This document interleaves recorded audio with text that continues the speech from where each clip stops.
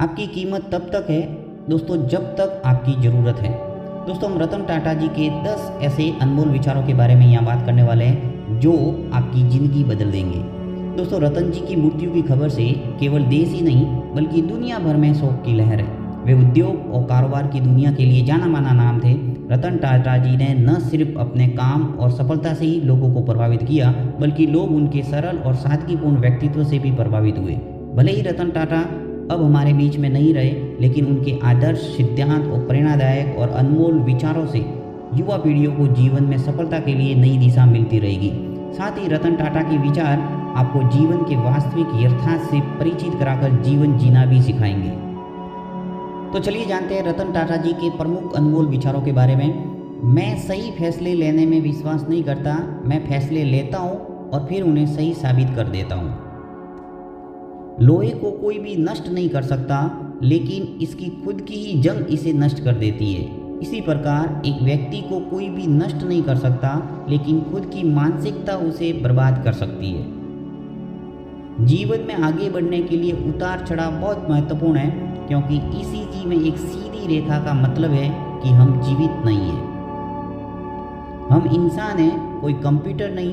इसलिए जीवन का मजा लीजिए, इसे हमेशा गंभीर मत बनाइए। अगर लोग आप पर पत्थर मारते हैं तो उन पत्थर का उपयोग अपना महल बनाने में कर ले।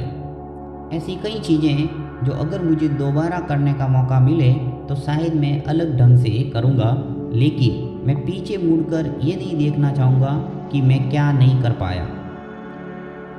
अगर आप तेज़ी से चलना चाहते हैं तो अकेले चलिए, लेकिन अगर आप दूर तक चलना चाहते हैं तो साथ मिलकर चलिए।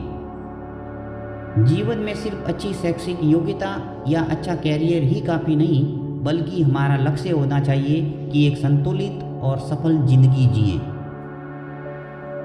संतुलित जीवन का मतलब है हमारा अच्छा स्वास्थ्य, लोगों से अच्छे संबंध और मन की शांति।